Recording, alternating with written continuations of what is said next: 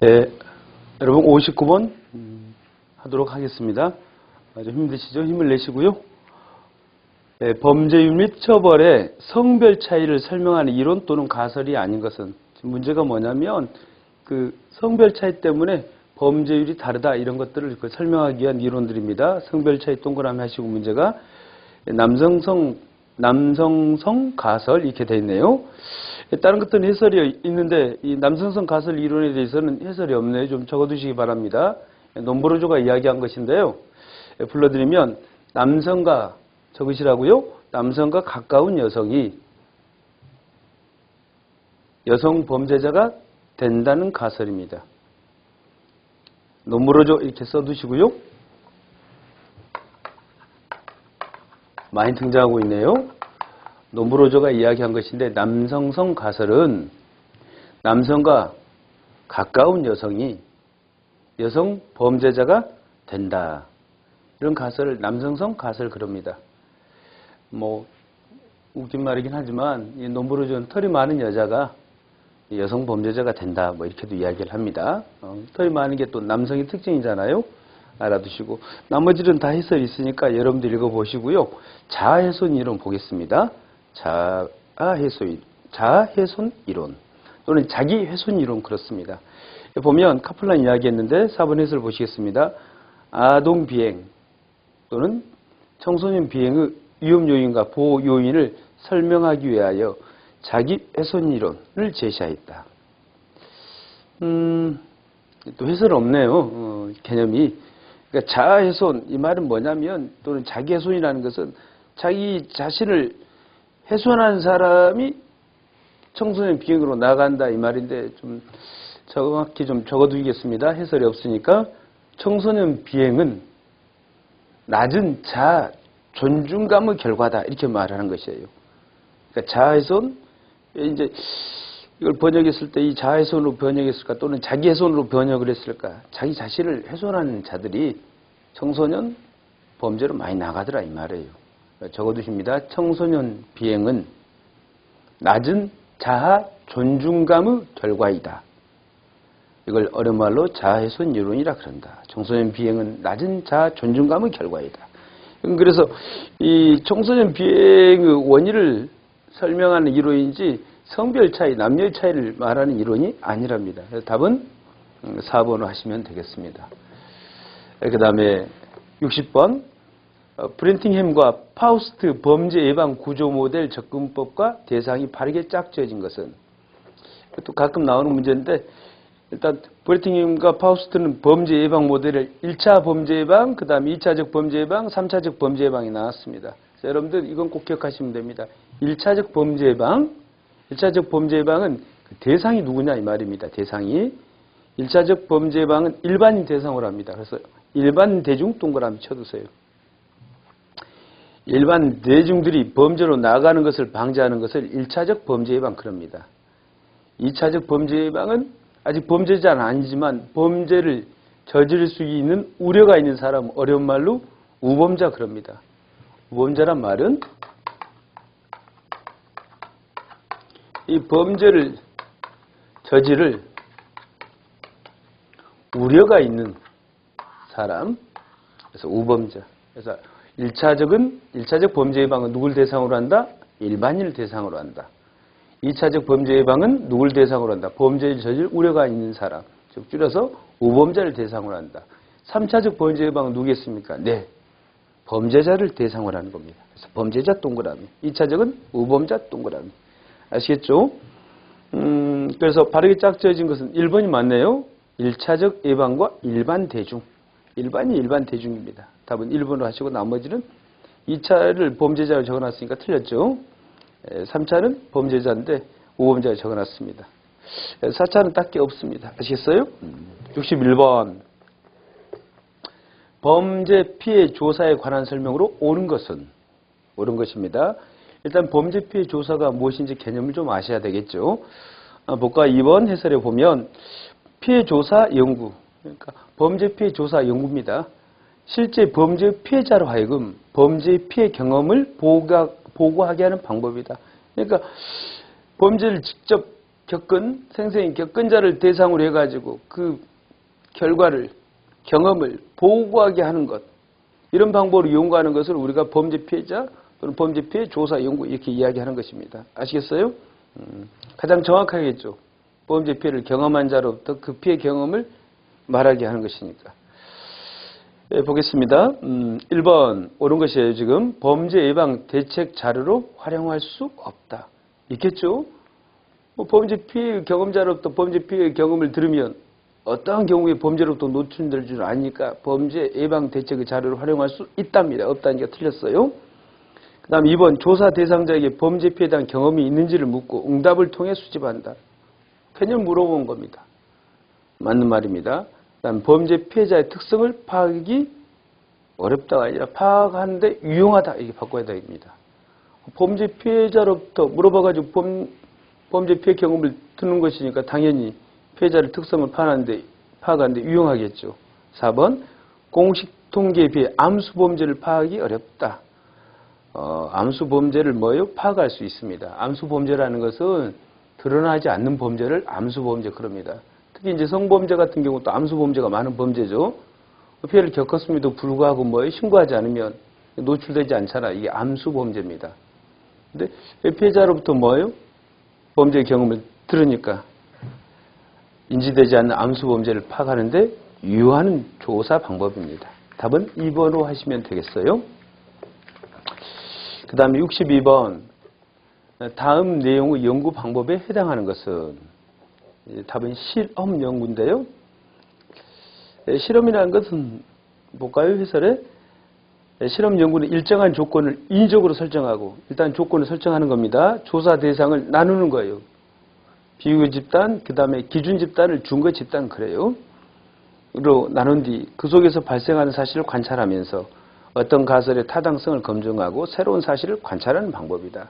그러니까 집단을 두 개로 나눈 다음에 두 집단을 서로 비교하는 겁니다. 문제 읽어볼까요? A와 B 집단의 청소년들을 무작위로 선발하여 A 집단만 교도소를 방문시켰습니다. 3개월 후 A와 B 집단의 비행행동 빈도를 비교하였더니 역시 교도소를 방문하면 실제 죄수들을 만나보고 목격하면 어떻게 되겠어요? 범죄로 나가지 않겠죠.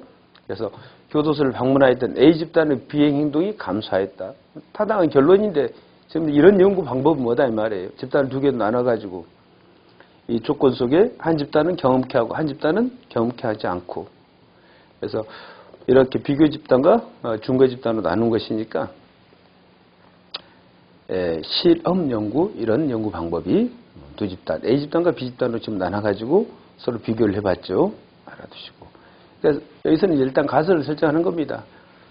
교도소를 방문한 집단이 실제로 범죄의 이를 간접적으로 경험한 것이고 또 범죄에 대한 형벌에 대한 것을 직접 목격했으니까 범죄가 나가지 않을 것이다. 이 가설을 세운 다음에 그런 그 경험한 집단과 경험하지 않은 집단을 서로 비교하는 겁니다. 63번은 이걸 표를 볼 줄 아느냐 이런 문제입니다. 옳은 것은. 근데 지금 제일 첫 번째 있는 게 성범죄 이렇게 써두시고요. 성범죄. 그 다음에 두 번째 있는 게 바로 방화범죄네요. 방화범죄. 그 다음에 세 번째 점, 다이아몬드식으로 된 거 있죠. 강도입니다. 마지막으로 세모로 된 게 살인범죄고요. 이건 표를 볼 줄 아느냐 이야기죠. 보면 살인 발생 건수는 2011년 이후 지속적으로 증가했다. 살인범죄가 제일 마지막 표죠. 보면 이 마지막에 살인범죄는 계속 지금 감소하고 있잖아요. 지속적으로 감소로 바꾸셔야 되겠습니다. 2011년 이후에 지금 살인범죄 발생률이 떨어지고 있잖아요. 그죠? 이 그래프는. 그 다음에 2번 2011년 대비 2014년의 성범죄 발생 건수는 성범죄 발생 건수, 성범죄는 동그라미로 되어 있는 제일 위에 그래프네요. 100% 이상 증가했다. 2011년 몇 건인가요? 2만 건이죠. 그런데 2014년 3만 5천 건이니까 100%는 4만 건이 돼야 되는데 100%는 아니고요. 그죠? 75% 정도 증가한 겁니다. 100% 증가니까 틀렸죠. 3번 2012년 강도 발생 건수는 2014년 성범죄 발생 건수의 3분의 1 이하이다. 보시면 2012년 강도 범죄 건수는 지금 그래프가 5천 건이 발생했죠. 그런데 2014년 성범죄 발생 건수는 몇 건인가요? 14년에 보면 3만 5천 건입니다. 그러면 3분의 1 이하 맞습니다. 뭐 이건 단순 그래프 보는 문제죠. 뭐 설명할 필요도 없겠습니다. 2014년 방화 발생 건수는 전년 대비 증가했다가 아니라 방화 범죄가 지금 네모로 되어 있는 칸이죠. 그래프를 따라가면 2014년 보시면 어떻게 되어 있나요? 그래서 14년에는 지금 전년도 2013년에 비해서 줄어들었죠. 10,000건에서 6,000건 정도 되니까 감소로 바꾸셔야 되겠습니다. 그죠? 답은 뭐 3번. 64번. 아주 중요한 것이죠. 셉테드는 범죄 예방 환경 설계 또는 범죄 예방 환경 디자인 그래요. 우리 교재에는 환경 설계를 통한 범죄 예방. 맞는 말입니다. 3번이에요. 지금 답은 뭐라고 인다고요? 셉테드.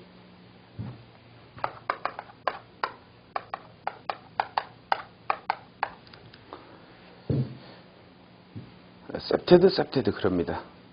중요한 게 환경 설계를 통한 범죄 예방 또는 범죄 예방을 위한 환경 디자인 또는 환경 설계 그럽니다. 보시면 여기서 중요한 건 잠깐 볼까요?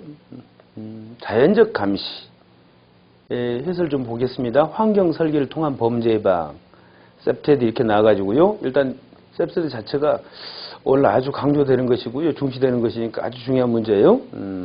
셉테드 자연적 감시라는 것은 앞에 자연적 감시, 자연적으로 감시한다 이 말이죠. 뭘 감시할까요? 숨은 게 범죄에 대한이 숨었습니다. 써두세요 여러분. 자연적 감시가 뭘까요? 궁금하지 않아요? 범죄에 대한 자연적 감시.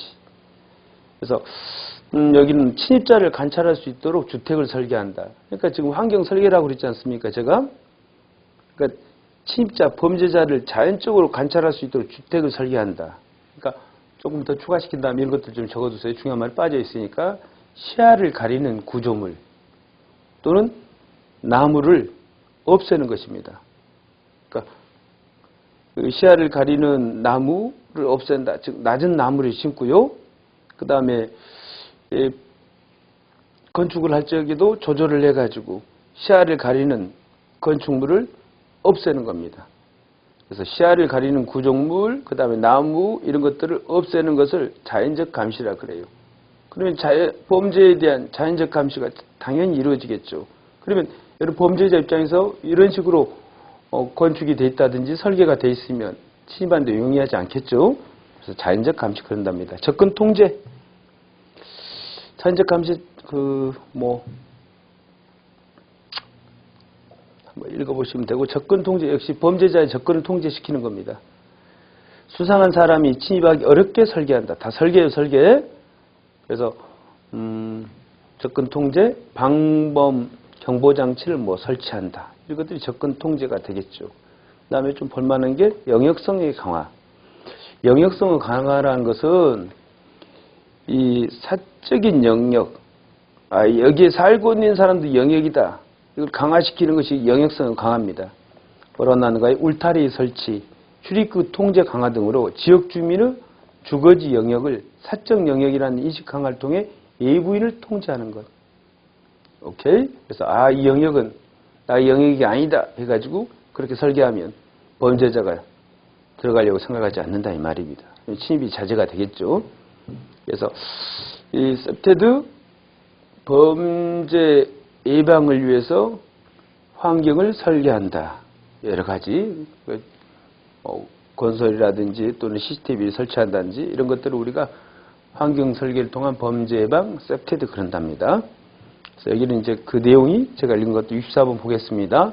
자연적 감시, 영역성 강화, 접근 통제의 기본 전략을 배경으로 하는 범죄 예방은 뭐라고요? 셉테드. 알아두시고 답은 3번 하시면 되겠죠. 65번 에커스펠만이 제시한 탐색, 분석, 대응, 평가의 단계를 통한 경찰 활동은? 이게 답은 문제지향적 경찰 활동입니다. 이건 뭐냐면 문제지향적 경찰 활동이라는 것은 그 전통적인 경찰 활동은 사건 지향적이라 그래요. 문제지향적 반대말이 뭐라고요? 전통적인 것은 사건 지향적. 사건 지향적 경찰 그 활동에 대한 불만족으로 이제 그 1970년대 후반에 그 대두된 경찰 활동이 문제지향적 경찰 활동이랍니다. 그러니까 문제지향적이란 말은 사건이 발생해서 이에 대한 사후적 조치보다는 문제의 근원을 파악해서 이 원인을 제거함으로써 뭐라고요? 범죄를 사전에 예방하겠다. 그래서 이걸 문제지향적 그런답니다. 보면은 탐색, 좀 복과의 경로를 탐색, 분석, 대응, 평가 4단계로 나눴잖아요. 탐색, 뭘 탐색한다 이 말이에요? 문제를 탐색한다 이 말입니다. 문제가 무엇인지를 탐색한다. 분석한다. 문제 해결을 위한 자료, 정보를 분석한다 이 말입니다. 문제가 무엇인지 탐색하고 문제 해결을 위한 정보하고 자료를 분석한 다음에 이제는 뭐예요? 대응하겠죠. 범죄에 대한 경찰의 효과적인 대응 전략을 마련하는 겁니다. 그 다음에 이걸 시도했으니까 이제 평가, 과연 목적을 달성했는가 안 했는가 평가하는 거랍니다.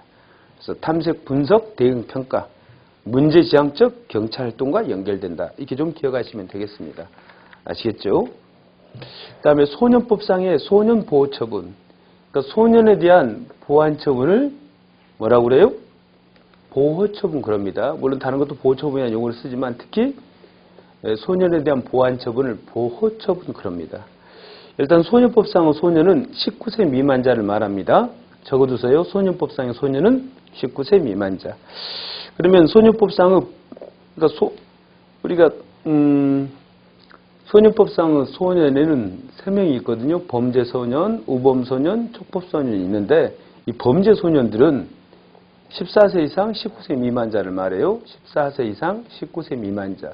이런 범죄소년들은 형벌도 범죄를 범했으니까 형벌도 부과할 수도 있고요. 그 다음에 형벌 대신에 보호처분을 부과할 수 있어요. 근데 촉법이란 말이 형법에 저촉되는 소년 이렇게 말하는 것인데 줄여서 이제 촉법 그래요. 말이 어렵죠. 우범은 했습니다. 그러니까 이 소년법상에 소년은 좀 정리가 필요한데 이 범죄소년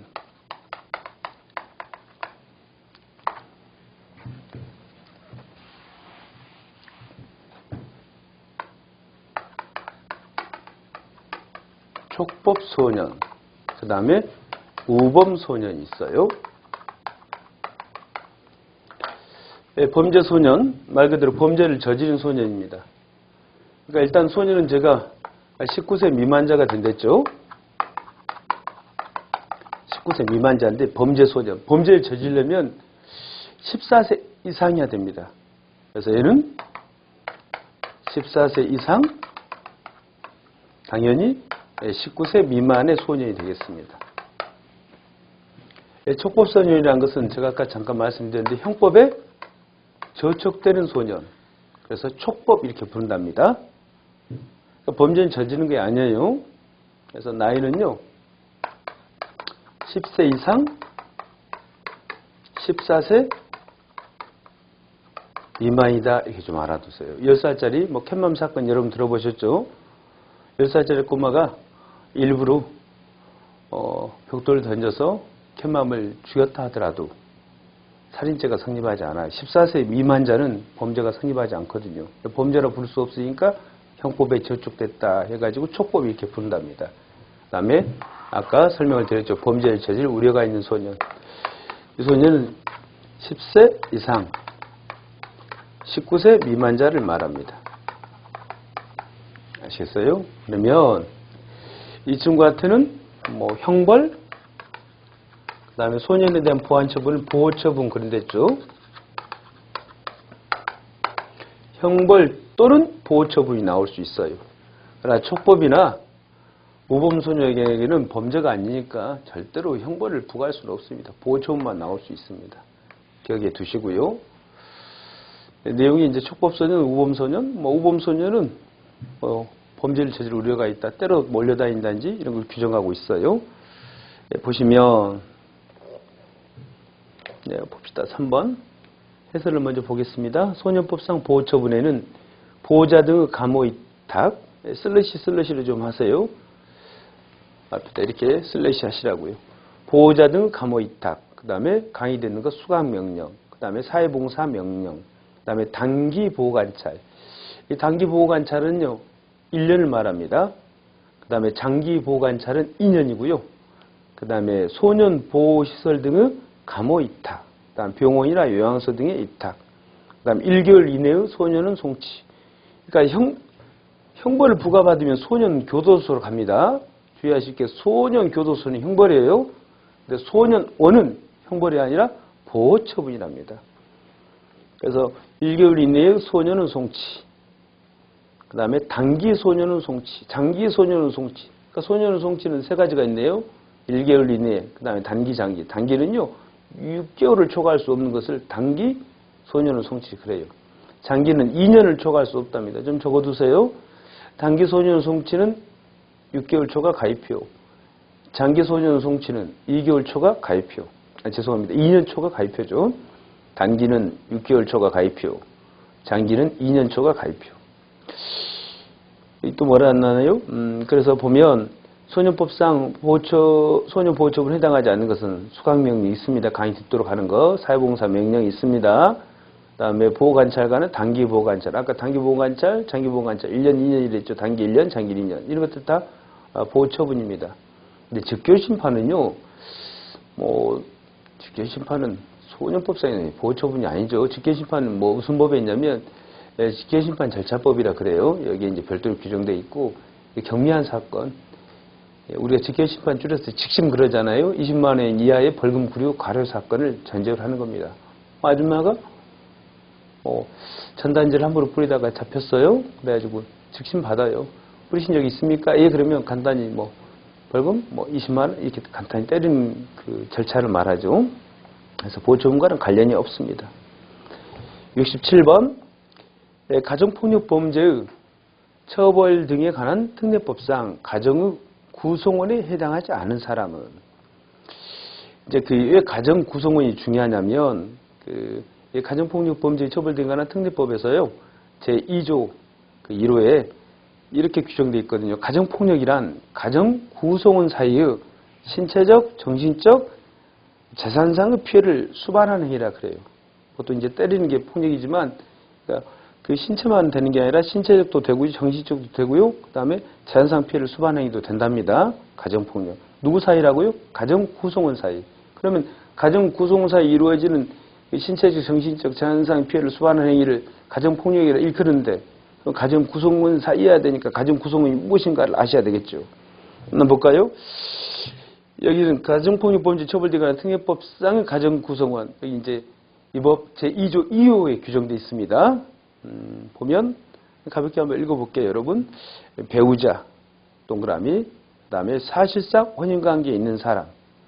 그러니까 이때 배우자는 법률상 배우자, 즉 혼인신고한 배우자는 물론이고 혼인신고하지 않고 같이 살고 있으면 우리가 사실은 그러잖아요. 사실상 혼인관계에 있는 자 된다. 근데 어떤 사람도 됩니다. 배우자, 그다음 뭐라고요? 배우자 어떤 사람. 이때 배우자 개념은 사실상은 배우자가 된다 알아두시고 그 다음에 자기 또는 배우자와 직계 존비속 관계. 그러니까 나를 기준으로 이 사람을 직계 존속, 그죠? 부모, 그 다음에 조부모, 그 다음에 나를 기준으로 밑에 사람 뭐라 그래요?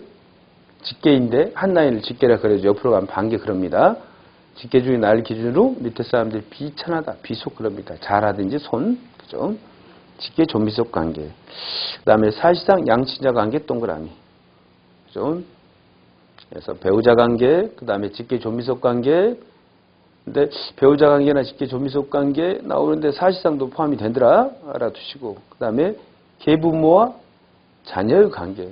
그러니까 계부하고 자 또는 계모하고 자를 한꺼번에 계부모라고 표현했네요. 새아버지, 새엄마하고 자식 간의 관계. 그 다음에 정모서자. 정모서자가 거의 요즘에는 없는데 정모서자라는 건 뭐냐면 부가 있어요.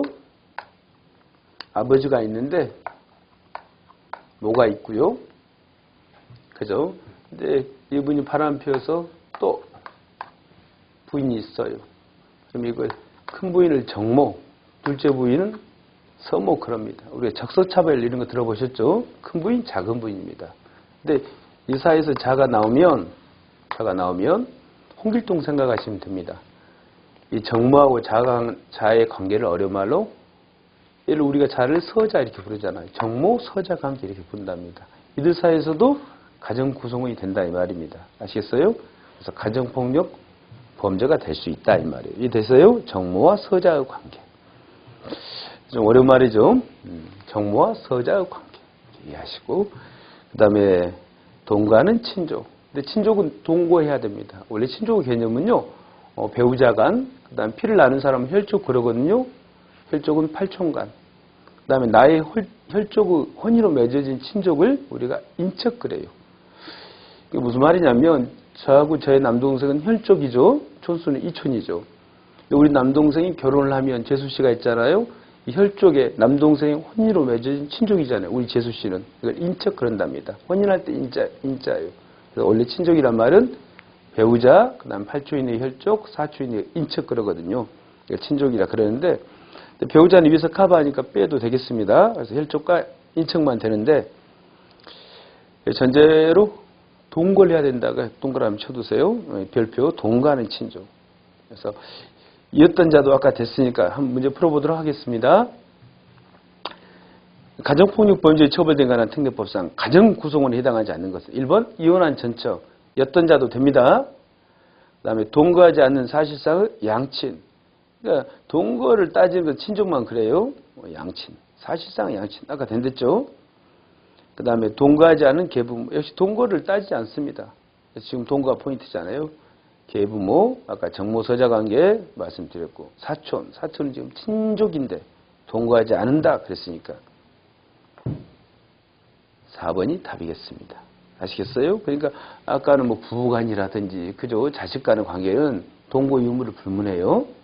근데 친족 간의 경우에는 동거까지 해야 된다 이 말입니다. 이렇게 알아두시고, 현 정부가 지금 박근혜 대통령 정부를 말하는 것이죠. 4대 사약 다시죠. 오른쪽 한번 보시겠습니다. 4대 사약, 성폭력, 그 다음에 가정폭력, 그 다음에 스리폭력이에요. 또 학교폭력이죠. 플러스 불량식품. 그래서 성폭력, 가정폭력, 그 다음에 학교폭력, 그 다음에 불량식품. 그래서 답은 해당하는 것은 했으니까 폭력 중에 조직폭력이나 주체폭력은 아닙니다. 알아두시고 답은 1번 불량식품이죠. 다음 69번 보도록 하겠습니다. 다음에 주장을 한 학자는, 일단 그 예서를 먼저 보고 문제를 풀어보도록 하겠습니다. 볼드가 나왔죠. 볼드의 갈등 이론의 입장. 그래서 볼드는 갈등 이론이다. 갈등이라는 것은 그 집단과 집단이 갈등한다 이 말입니다. 볼까요?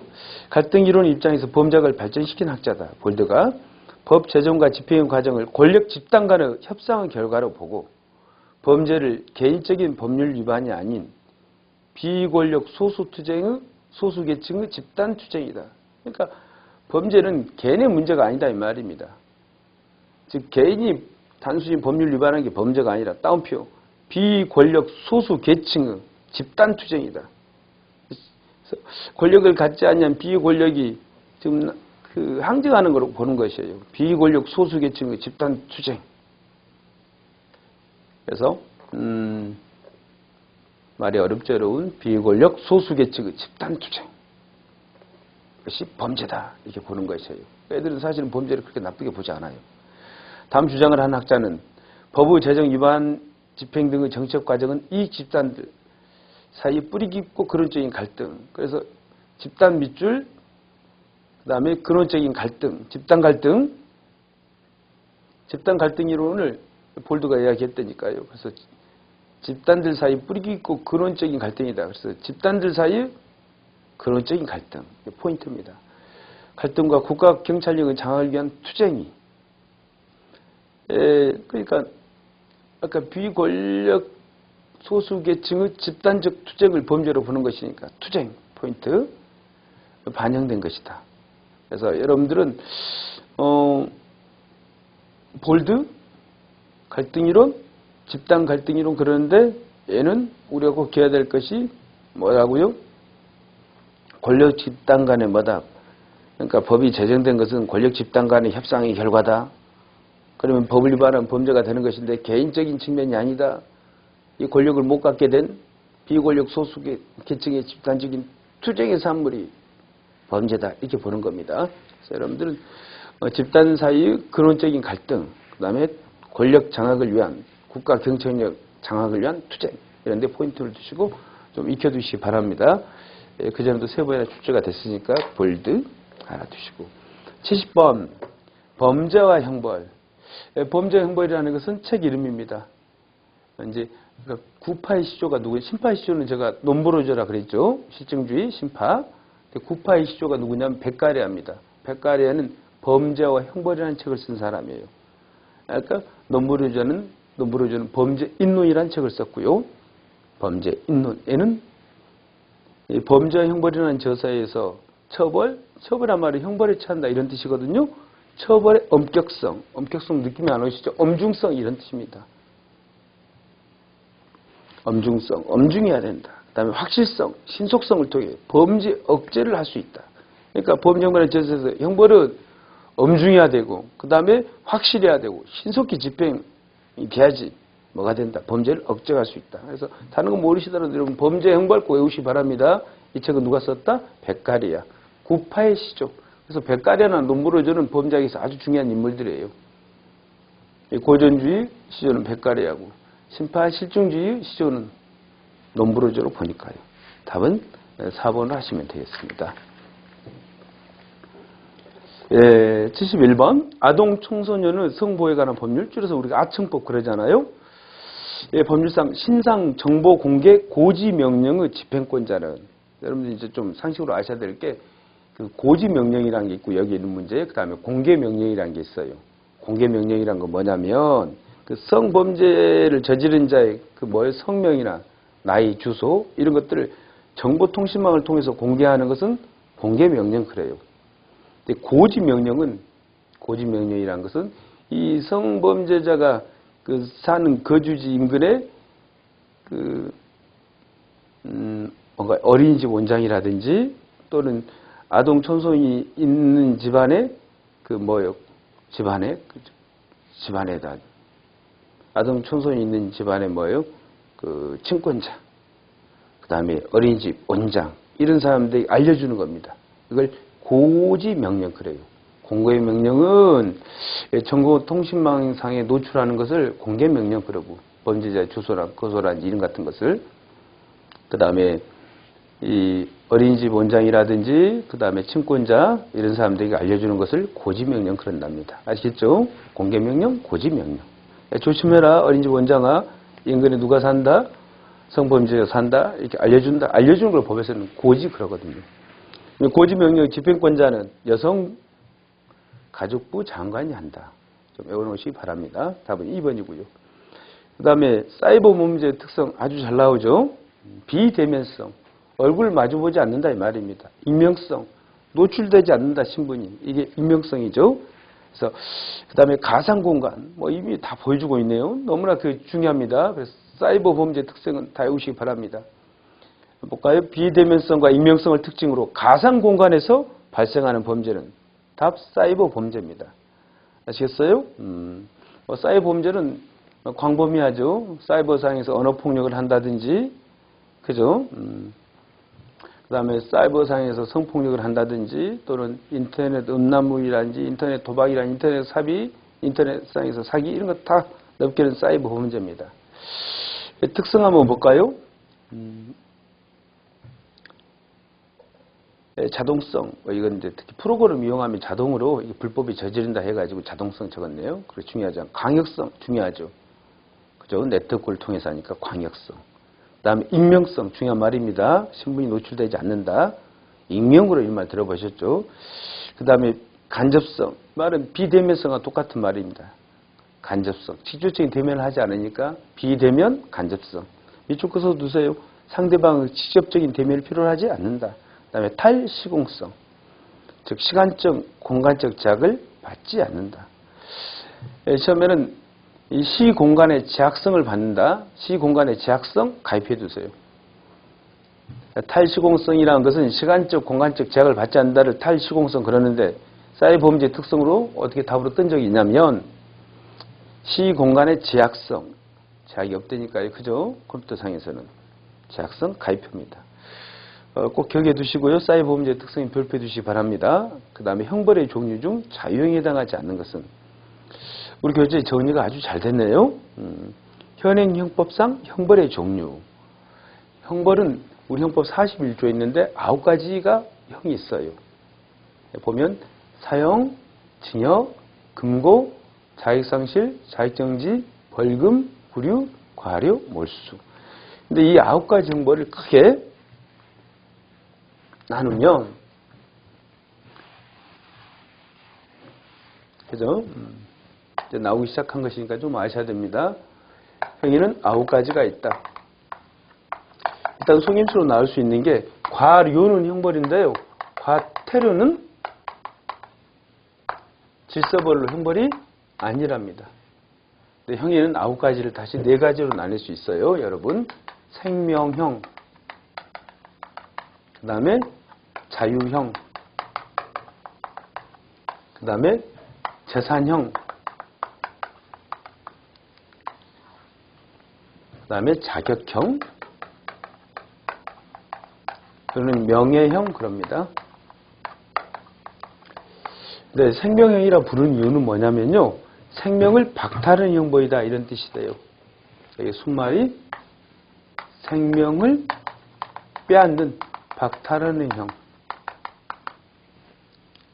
제가 9가지가 있댔죠. 아까 적어볼까 빠른 속도로. 사형, 이게 가장 중요한 순서입니다. 징역, 금고, 자격 상실, 자격 정지, 벌금, 구류, 과료, 몰수. 그래서 1, 2, 3, 4, 5, 6, 7, 8, 9. 9가지만 딱 형벌입니다. 형을 받은 사람은 전과자 이렇게 부르는 것이에요. 그 위에 것들은 형이 아니에요. 형벌을 줄여서 형 그러거든요. 이 9가지 형벌 중에 생명이 뭐니 그러면 다 아시겠죠? 사형입니다. 그죠? 그 다음에 자유형이란 말은 무슨 박탈의 자유형이 아니라요. 수형의 자유가 아니라 여기에 이 말에 숨었겠죠. 자유를 박탈하는 형벌. 근데 자유 중에 이건 신체의 자유입니다. 그 신체의 자유를 박탈하니까 일정한 시설에 교도소인데 구금을 하는 겁니다. 여기는 이제 뭐가 있냐면 징역, 금고, 그 다음에 구류가 있습니다. 다음에 이건 기본 강의 때 더 보기로 하고요. 징역, 금고는 무기 또는 유기가 있고요. 유기는 1개월 이상 30년 이하를 말합니다. 차이는 뭐니? 얘는 정액에 복무하고요. 죄송합니다. 징역이죠. 징역은 구직 플러스 정액에 복무합니다. 정액이란 말은 강제 노동을 시키는 거예요. 얘는 구직 가두기만 합니다. 구류도 마찬가지고요. 구류는 기간이 무기는 없겠죠. 1일 이상 30일 미만. 그러니까 30일부터 한 달부터는 징역 아니면 금고예요. 차이는 뭐라고요? 정액에 복무시킨다. 안 시킨다. 오케이? 재산형. 재산은 말 그대로 재산을 박탈하는 형벌이겠죠. 벌금, 과료, 몰수가 있습니다. 이건 액수 차이입니다. 벌금은 가료부터 할까요? 가료는 2,000원 이상 5만 원 미만. 과료 액수 차이라고 2,000원 이상 5만 원 미만. 얘는요 5만 원 이상 무한대입니다. 상한은 없어요. 2,000원 이상 5만 원 미만. 얘는 5만 원 이상 무한대. 몰수는 다시죠. 갑돌이 그를 사심칼로 찔러서 죽였어요. 또는 A가 마약 제조하는 기계로 마약을 제조했습니다. 이런 것들은 범죄에 적용된 물건이니까 몰수하는 겁니다. 국고로 환수시키는 것이죠. 자격형은 남은 게 뭔가요? 자격이라는 단어가 있는 거예요. 자격상실, 자격정치, 명예 이렇게 부른답니다. 아시겠지요? 보시면 뭐라 넣나요? 그래서 형벌의 종류 중 자유형에 해당하지 않는 것은 징역, 그 다음에 구류, 그 다음에 부정기형. 부정기형이란 말도 있는데 제가 설명 안 드렸죠. 부정경이나 말은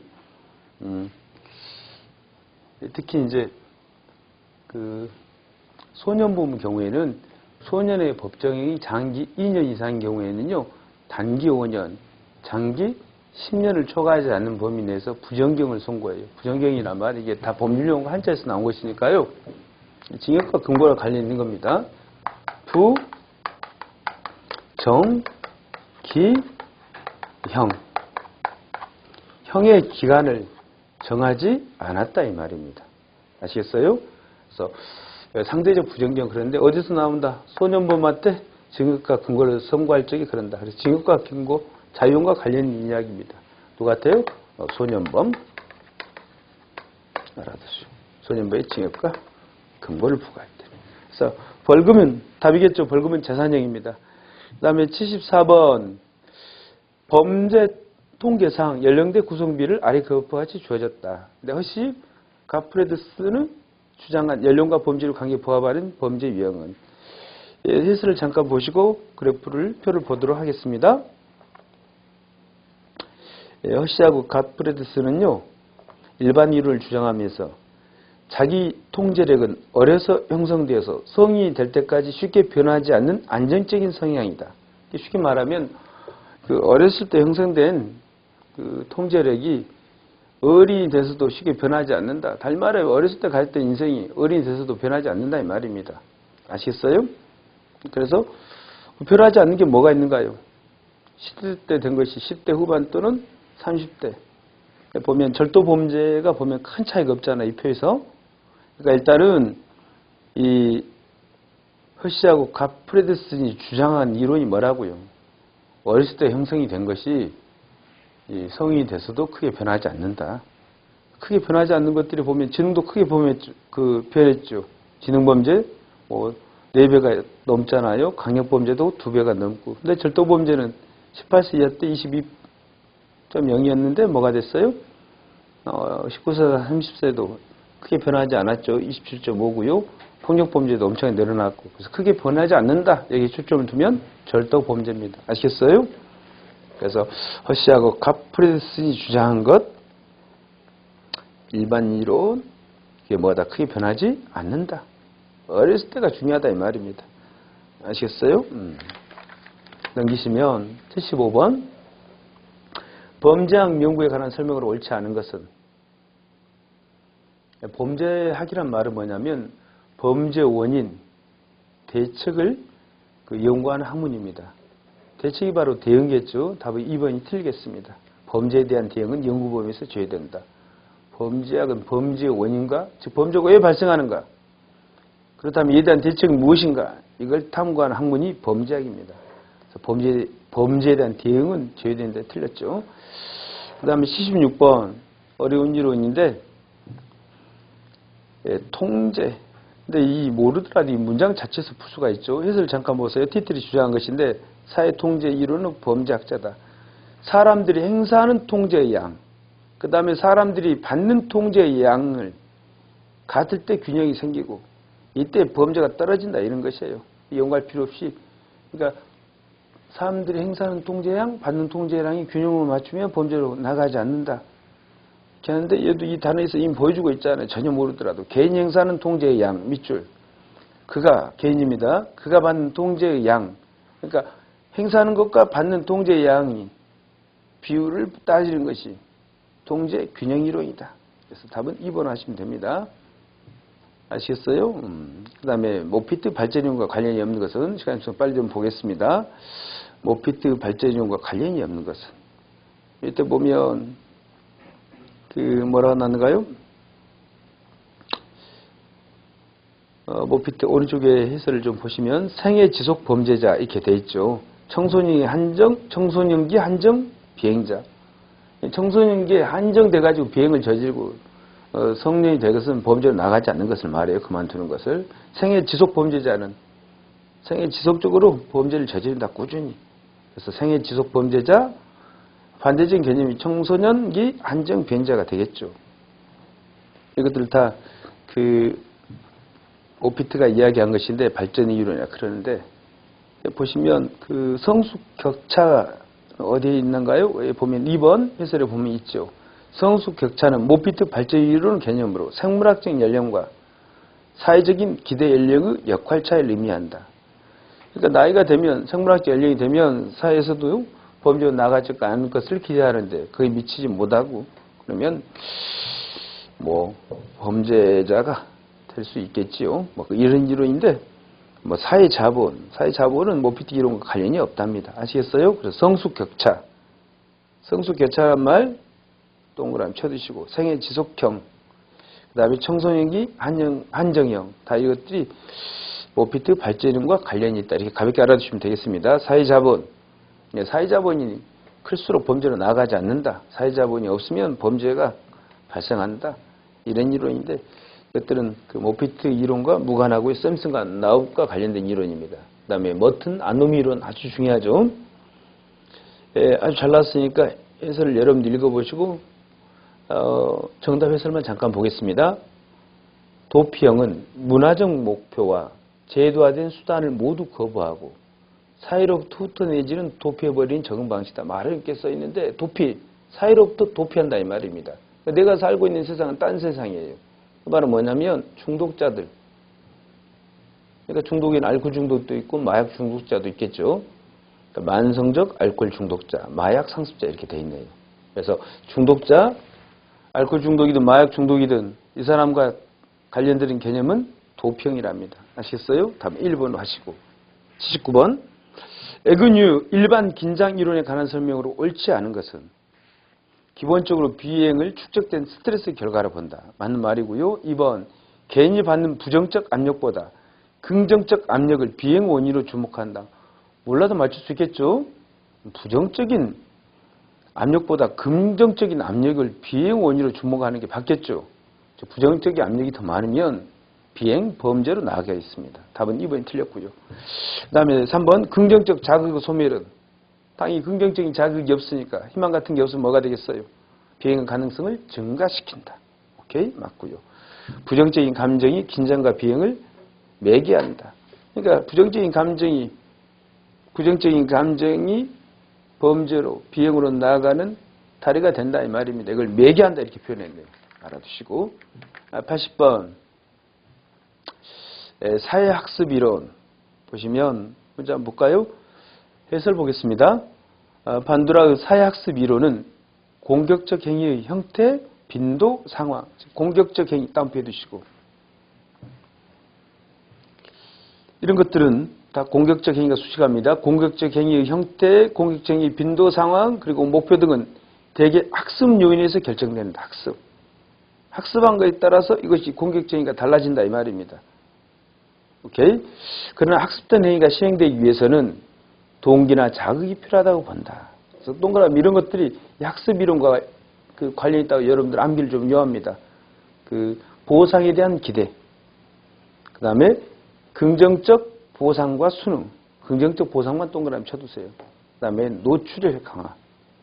그래서 한 번씩 읽어보시면 1번에도 보면 뭐가 나왔어요?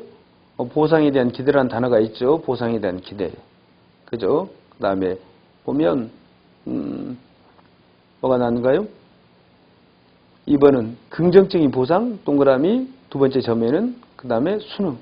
그러니까 부모가 자녀의 수능 행동에 꾸준하게 긍정적인 보상을 하면 그 다음에 잘못된 행동에 있어서 제재를 가하면 자녀는 이제 숭후한다 이 말입니다.